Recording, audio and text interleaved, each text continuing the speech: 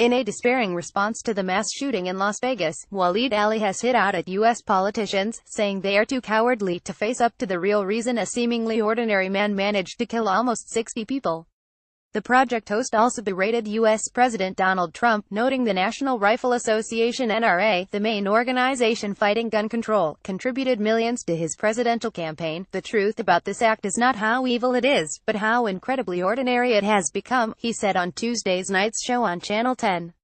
This will happen again. At least 59 people died and 527 were injured when Stephen Paddock, 64, opened fire from the Mandalay Bay Hotel into a 22,000-strong crowd of fans at a country music festival. He took his own life before police stormed the room on the hotel's 32nd floor. We're all still reeling right now. But I think what's shocked me most is how familiar this all feels, Aly said in commentary written by the project managing editor, Tom Whitty. This will happen again. And it always happens the same way, like this. First you have a shooting, you have the chaos, you have a police response to neutralize the situation. And inevitably, you have the world's attention turned to the shooter. Aly said Paddock, who has been described as a regular guy, had no criminal record, no ties to religious or terror groups as far as his family knew, no mental health issues and no military or weapons training.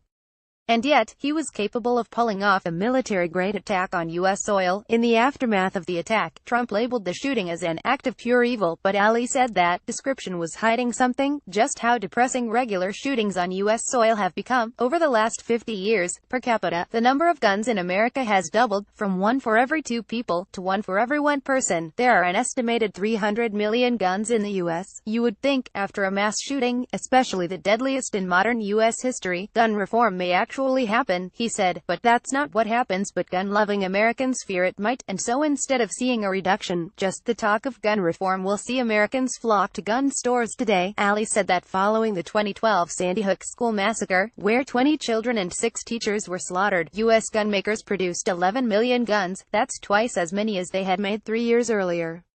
And so with Americans out today, buying more guns than they were yesterday, what's the NRA got to say? Nothing.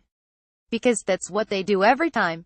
After 49 people were gunned down in the Orlando nightclub shooting in 2016, they took 2 days to respond. Following the Las Vegas shooting, former Secretary of State Hillary Clinton tweeted, "We must stand up to the NRA," but the White House has pushed back against the inevitable talk of gun control. "Today is a day for consoling of survivors and mourning those we lost," said Sarah Huckabee Sanders, the White House press secretary. "There is a time and place for political debate, but now is a time to unite as a country." For its part, the NRA published some 7 tweets on the 30th of September, the last day they tweeted. They have not tweeted once since the massacre, and tomorrow, or the next day, they'll be back at what they always do. Lobbying politicians to make sure that absolutely nothing changes, said Aly. That's because the NRA spends more than $3 million every year just on lobbying politicians. Last year, the NRA reportedly spent $30.3 million in support of Donald Trump. Trump's characterization of the killer as pure evil was failing to see why the attack had taken place.